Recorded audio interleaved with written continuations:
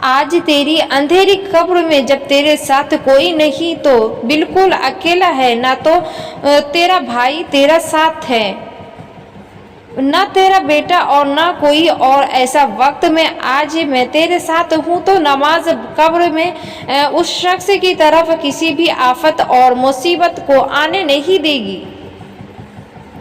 گناہوں کی معافی۔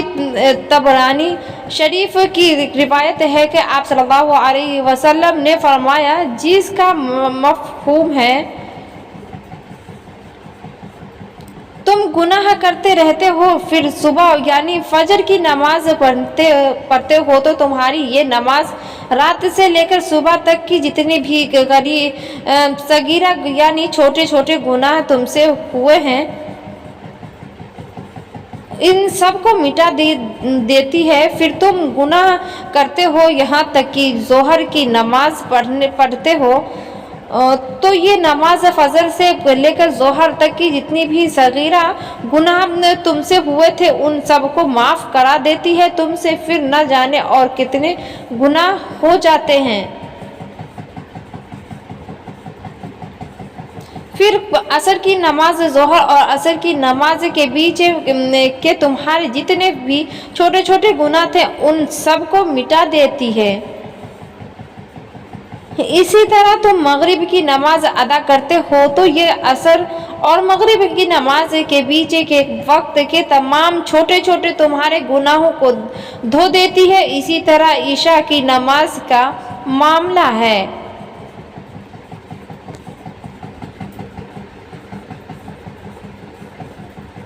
تو دوستو میری پیاری بہنوں، ان تمام نمازوں کا خاص کر کے مغرب کی نماز کا کتنا بڑا فائدہ ہے، یقیناً اس سے گناہ معاف ہوتے ہیں۔ ہاں، اگر کوئی کبیرہ یعنی بڑا گناہ تو اس کے لیے اللہ پاک سے توبہ کرنا پڑے گا، اور کیونکہ بڑے بڑے گناہ بنا توبہ کے معاف نہیں ہوتے۔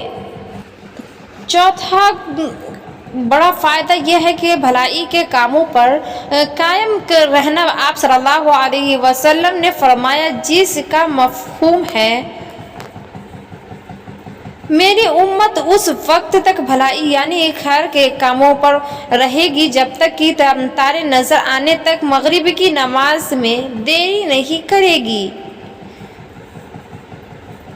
مغرب کی نماز میں دیر کرنا، اس کو لیٹ کر کے پڑھنا بہت ہی نقصان دہ ہے۔ جیسے ہی مغرب کی اذان ہو تو اذان ہوتے ہی نماز کے لیے فوراً کھڑے ہو جائیں، اس میں دیری نہ کریں۔